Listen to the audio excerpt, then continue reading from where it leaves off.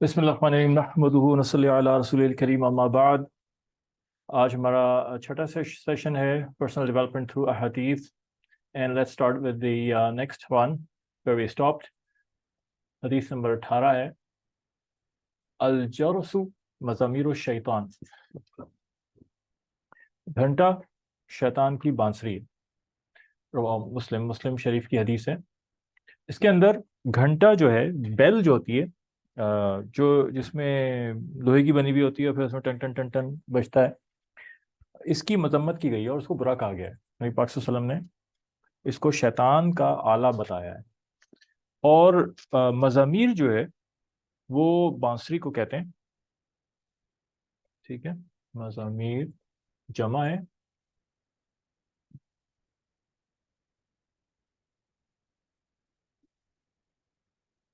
بانسری، اور یہ پلورل ہے. ٹھیک ہے، اور اس کا سنگولر جو ہے وہ ہے مزمار. مزمار یہ سنگولر ہے.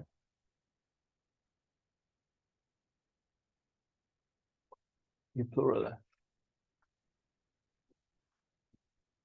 اور اس کی وجہ ایک وجہ اس کی یہ بتائی گئی ہے کہ یہ ایک تو یہ غیر مسلموں کا طریقہ کار ہے. مختلف مذاہب کے اندر گھنٹا اور گھنٹیاں جو ہے استعمال ہوتی ہیں. اب ہندوؤں کا دیکھ لیں، ہندوؤں کے مندروں میں گھنٹیاں لگی ہوتی ہیں، وہ بجاتے ہیں، بجاتے ہیں. چائنیز وغیرہ کی بھی کچھ اس طرح کی گھنٹیاں ہوتی ہیں. میں نے امریکہ آسٹریلیا وغیرہ میں دیکھا، مسلمانوں کے گھروں تک میں دیکھا کہ وہ کچھ چھوٹی چھوٹی سی وہ لٹک رہی ہوتی ہیں. اس طرح کی کچھ چھوٹی چھوٹی سی جو ہے وہ میٹل کی راڈز لٹک رہی ہوتی ہیں، مختلف سائزز کی، کسی چیز سے باندھ کے لٹکایا ہوا ہوتا ہے. اور وہ یہ باہر لٹکا دیتے ہیں اور وہ ہوا سے ہلتی رہتی ہیں اور ٹن ٹن ٹن ٹن کرتی رہتی ہیں. یہ کوئی غالباً چائنیز وغیرہ یا بدھسٹ وغیرہ کا کچھ ہے، اللہ جانے. تو یہ ان کے عقائد میں سے ہمیں معلوم نہیں ہوتا، ہمیں اچھا لگتا ہے، ہم لے لیتے ہیں. تو یہ ایک بہت غلط چیز ہے اور اس کو ہمیں سوچ سمجھ کے لینا چاہیے. اور اس میں عقائد کا جو ہے وہ نقصان ہے اس کے اندر. ٹھیک ہے، کہاں سے آئی ہیں یہ چیز بک رہی ہے، تو کیا مقصد، اس کا اوریجن کیا ہے. خاص طور پہ جب ہم ایسی جگہ رہ رہے ہوں جہاں مختلف کلچرز اور مختلف مذاہب آ کے رہ رہے ہوں، مختلف ریلیجنس آ کے رہ رہے ہوں، ادیان والے لوگ ہوں، تو ہمیں اس بات کا، اور اب تو پوری دنیا ہی ایسا بن چکی ہے. پاکستان میں بھی دنیا جہاں سے، چائنا سے چیزیں آ رہی ہیں، کچھ نہیں پتا ہوتا کیا کس کی کہاں سے، کس کلچر سے، کس ریلیجن سے چیز آ رہی ہے. تو اس بات کا ادراک ہونا چاہیے اور اس بات کا خیال رکھنا چاہیے. ہم ہر وہ چیز ہمیں اچھی لگ جائے ہم نہیں لیں. دین کا جب خیال ہوگا، سنتوں کا جب خیال ہوگا، اور مستقل آخرت پہ جب نظر ہوگی، تو آدمی جو ہے کیئرفل اور محتاط ہو کے چلا کرے گا. یہ بات بہت صحیح ہے بالکل کہ جب انسان اپنے دین کی دعوت دینا بند کر دے لوگوں کو، تو دوسروں کا دین، ان کی ویلیوز، ان کا کلچر، وہ چیزیں اچھی لگنے لگتی ہیں. اور جب دوسروں کا دین اچھا لگنے لگتا ہے تو یہ وہ موقع ہوتا ہے، یہ وہ مومنٹس ہوتے ہیں جب تبدیلی دین جو ہے، چینج آف ریلیجن آسان ہو جاتا ہے. زندگی گزارنے کے طریقے اچھے لگ رہے ہوتے ہیں دوسروں کے، اس لیے کہ ہم نے اپنے دین کی دعوت دینا بند کر دی. تو ہر مسلمان، مرد عورت، جوان بوڑھا، بچہ، دائی بنا کے بھیجا گیا ہے، داعیہ بنا کے بھیجا گیا ہے. دائی کہتے ہیں بلانے والا، داعیہ عورت مؤنث اور دائی مذکر. تو ہم دائی ہیں اپنے دین کے، ہمیں اپنے دین کی دعوت جب دیں گے تو ہم اپنے دین پہ مضبوط ہوں گے. ٹھیک ہے،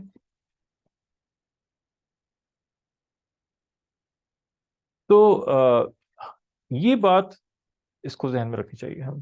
جہاں ہم اپنے دین کی دعوت دینا بند کریں گے، جہاں ہم کمزور پڑیں گے، وہاں دوسرے کی چیزیں اچھی لگنے لگیں گی اور ہمیں یہ احساس ہونے لگے گا کہ یار یہ کتنا اچھی چیز ہے، ہمارے یہاں ایسا کیوں نہیں ہے. اور میں نے بہت سارے مسلمانوں کو اس طرح کی باتیں کہتے سنا ہے، فلاں کیا دیکھو یہ کتنی اچھی بات ہے. یہ حرام اور کفر کی کلمات ہیں. آپ کو پتا ہونا چاہیے کہ ایمان خطرے میں پڑ جاتا ہے کہ جب اپنے مقابلے میں کسی اور کی کوئی چیز اچھی لگے. اس لیے کہ ختم نبوت کا تقاضا ہے کہ نبی پاک صلی اللہ علیہ وسلم جو دین لے کر آئے اس سے بہتر دین کوئی دنیا میں نہیں ہے. اور نبی پاک صلی اللہ علیہ وسلم جو طریقہ حیات لے کر آئے، وہ جو لائف سٹائل لے کر آئے، اس سے بہتر لائف سٹائل کوئی دنیا میں نہیں ہے. اور نبی پاک صلی اللہ علیہ وسلم جو فیشن لے کر آئے، اس سے بہتر فیشن کوئی نہیں ہے. تو ہمیں کیوں نہیں اچھا لگ رہا؟ دوسری چیز کیوں اچھی لگ رہی ہے؟ اس لیے کہ ہم نے محنت نہیں کی ہوئی اس کے اوپر، ہم نے وہ ماحول اختیار نہیں کیا، ہماری وہ صحبت صحیح نہیں ہے. اسی لیے اللہ نے کہا کونوا مع صادقین، اللہ والوں کے ساتھ بیٹھو. واتبع سبیل من اناب الیہ، ان لوگوں کی پیروی کرو، ان لوگوں کے پیچھے چلو طریقے پہ جو میری طرف متوجہ ہیں، جو اللہ والے لوگ ہیں. بار بار بار بار صحبت کا ذکر کیا گیا. تو جب ہم بیٹھیں گے، جب ہم آخرت کی باتیں سنیں گے، جب ہم ماحول میں بیٹھیں گے اور جب ہم اس کی دعوت دیں گے، تو پھر ہمارے اندر یہ ویلیوز آئیں گی، اور پھر دوسروں کی مقابلے میں اپنا دین آپ کو ویلیوبل لگے گا.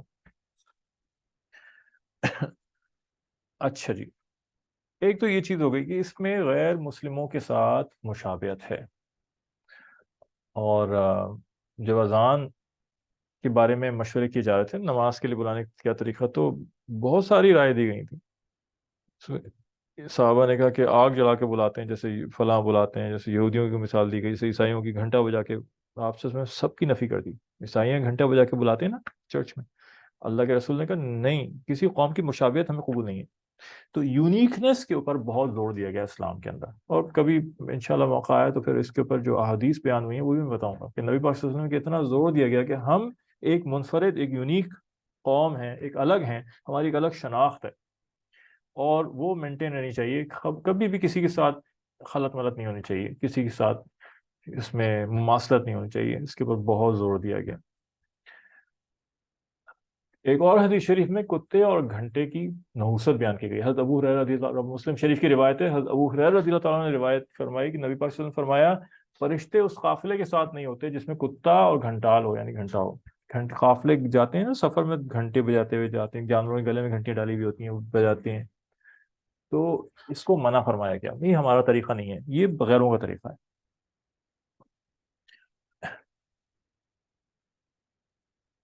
یہاں فرشتوں سے مراد رحمت کے فرشتے ہیں. یہ بات پتہ ہونی چاہیے ہمیں کہ بہت ساری طرح کے فرشتے ہمارے ساتھ ہوتے ہیں، آس پاس ہوتے ہیں. ان میں سے ایک کرامن کاتبین ہے جو سیدھے اور الٹے ہاتھ پہ ہوتے ہیں ہمارے ساتھ، اور وہ اچھے اعمال، دائیں ہاتھ والا اچھے اعمال لکھ رہا ہوتا ہے، بائیں ہاتھ والا کتاب کے اندر برے گناہ کے اعمال لکھ رہا ہوتا ہے. یہ ہر وقت ساتھ ساتھ رہتے ہیں. پھر حفاظت کے لیے فرشتے اللہ نے نامزد متعین کیے ہوئے ہیں. ہر انسان کے ساتھ 6 8 10 12 کچھ فرشتے اور ہوتے ہیں جو حفاظت کرتے ہیں. یہ جو مخلوقات اللہ نے پیدا کی ہیں جو ہمیں نظر نہیں آتی، جنات، یہ اتنے طاقتور ہیں، اللہ نے ان کو اتنی طاقت دی ہے کہ اگر یہ حفاظتی نظام نہ ہو، یہ چیر پھاڑ کے ختم کر دیں انسان کو مار کے. تو ایک حد تک اللہ نے حفاظتی فرشتے متعین ہیں. جب انسان کوئی گناہ کرتا ہے، جب انسان ناپاکی کی حالت میں ہوتا ہے، یہ فرشتے جو انسان سے دور ہٹ جاتے ہیں. ٹھیک ہے، شیاطین کو موقع مل جاتا ہے. تو لہٰذا ہمیشہ احتیاط رکھنی چاہیے کہ پاکی کی حالت میں انسان رہے. اور تو یہاں جو ان فرشتوں سے مراد ہے وہ ہے رحمت کے فرشتے. رحمت کے فرشتے جو ہیں وہ ہٹ جاتے ہیں. اچھا، کتے جو ہے وہ عمومی طور پہ کتا منع کیا گیا اور اس کو برا کہا گیا ہے، سوائے اس کے کہ وہ کتے جو حفاظت کے لیے ہوں، اور وہ کتے جو شکار کے لیے رکھے ہوئے ہوں، ان کی اجازت دی گئی ہے. باقی سارے کتوں کی ممانعت ہے، شوقیہ کتے پالنے کی. اور اللہ ہر طرح کے کتے، عجیب عجیب چھوٹے موٹے سفید بڑے چھوٹے بالوں کے لوگوں کو شوق ہوتا ہے، پالے ہوتے ہیں، شوقیہ پالے ہوتے ہیں، اس کی ممانعت فرمائی گئی ہے. ایک اور حدیث شریف میں حضرت عائشہ رضی اللہ عنہ کے پاس ایک لڑکی آئی، اور اس حالت میں کہ اس کے پاؤں میں گھنگرو تھے بنے ہوئے تھے، تو چھن چھن چھن جن کی آواز نکل رہی تھی. حضرت عائشہ رضی اللہ عنہ نے فرمایا میرے پاس سے اس لڑکی کو نکال دو، کیونکہ یہ فرشتوں کو روکنے والی، فرشتے آتی نہیں وہاں پہ ایسی جگہ پہ. اور فرمانے لگیں کہ ہر جرس یعنی ہر گھنٹی کے ساتھ شیطان ہے. تو ہمارے یہاں بھی قربانی کے جانور جب آتے ہیں نا، تو ان کے ساتھ اکثر گلے میں ان کی گھنٹیاں مل رہی ہوتی ہیں، چیزیں جو ڈیکوریشن سامان ملتا ہے، اور پاؤں میں چھوٹے چھوٹے سے جھنجھنے سے گھنگرو سے بندھے ہوتے ہیں. بکروں کے پاؤں میں بھی بندھے ہوتے ہیں. رائٹ. تو یہ چیز بھی جائز نہیں ہے، اس کا بھی ہمیں معلوم نہیں ہوتا مسائل. کہ یہ گھنگرو اس طرح باندھنا یا چھوٹی چھوٹی سی جھنجھنیں باندھنا جس میں سے گھنٹیوں کی سی آوازیں نکلیں یا گلے کے اندر ڈیکوریشن، ان میں سے کوئی چیز نہیں باندھنا چاہیے. اس کو اتروا بندے ہوئے ہیں تو اتروا دینے چاہیے اور نہیں خریدنا چاہیے. بچوں کو بتانا چاہیے. یہ مسائل سکھانے والے مسائل ہیں. اب سوال یہ پیدا ہوتا ہے، ماڈرن ذہن ہے، موجودہ ذہن میں بہت سارے سوال پیدا ہوتے ہیں کہ جی کیوں. ایک کیوں جو ہے یہ بہت بڑا، یہ ہر سوال کے جواب جی کیوں، اس کی کیا مصلحت ہے، اس میں حکمت کیا ہے، یہ بتائیں. تو یہ بات بھی ذہن میں رہے کہ ہر چیز کی ضروری نہیں ہے کہ ہمیں حکمت پتہ ہو. بہت سی باتوں کی کچھ باتیں، کچھ احکام ایسے ہیں کہ اللہ نے خود قرآن میں ان کی حکمت بیان کر دی. کچھ چیزیں نبی پاک صلی اللہ علیہ وسلم نے حکمت بیان کر دی. کچھ باتوں کی علماء کرام نے اپنے اجتہاد اور اپنے الہام کے ذریعے سے اور اپنی سمجھ فہم کے ذریعے سے ان کی حکمت بیان کی ہے. اور اس کے بعد بھی کچھ چیزیں ایسی رہ جاتی ہیں تو ضروری نہیں کہ ہماری سمجھ میں آئے ان کی حکمت، لیکن حکم عمل کرنا وہ اپنی جگہ پر ہے. شریعت کا احترام کرنا، اللہ اور اللہ کے رسول کی بات کا احترام، یہ کہ سمجھ میں آئے یا نہ آئے عمل تو یہی کرنا ہے. اور یہی بندے کی عبد کی نشانی ہے، غلام کی یہ نشانی ہے، وہ سوال نہیں کر سکتا. تو علمی لحاظ سے سوال کیا جا سکتا ہے، لیکن ضروری نہیں کہ ہمیں ہر چیز کی حکمت پتہ ہو. اسی لیے اسی طرح سے یہاں پر بھی ایک بات بھی بتا دی کہ کتا جہاں آتا ہے وہاں سے رحمت کے فرشتے نکل جاتے ہیں. اب یہ پھر سوال کیا جا سکتا ہے کہ جی کیوں. تو یہ اللہ جانے، اللہ کے رسول بہتر جانے کہ اللہ نے ایسا معاملہ کیوں رکھا ہے. گھنٹے کو کیوں اس طرح خاص طور پہ اس کو منع کیا گیا ہے. کہ ایک تو بات یہی آ گئی کہ غیر مسلموں کے ساتھ مشابہت ہوتی ہے، اور باقی فرشتے کیوں وہاں سے چلے جاتے ہیں یہ اللہ بہتر جانتا ہے اور اللہ کے رسول بہتر جانتے ہیں. ہمیں ضروری نہیں ہے کہ ہر چیز کی حکمت پتہ ہو، لیکن ہاں حکم ہمیں پتہ ہونا چاہیے، اور وہ ہمیں یہاں سے پتہ چل گیا.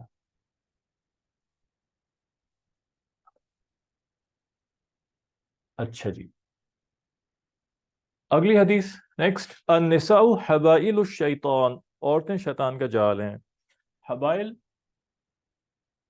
جال.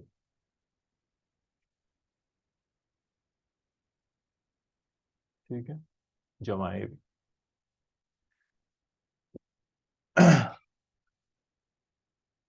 شیطان جو ہے وہ عورتوں کو استعمال کرتا ہے. عورت ایک ایسی چیز اللہ نے بنائی ہے کہ مردوں کے لیے اس میں بہت زیادہ اٹریکشن اللہ نے رکھا ہوا ہے. اور شیطان عورتوں کو استعمال کر کے گناہ کو پھیلاتا ہے. دنیا کے اندر زنا کا گناہ کتنا عام ہے، اور ہر جگہ پہ اس کے اندر استعمال ہونے والی عورت ہوتی ہے.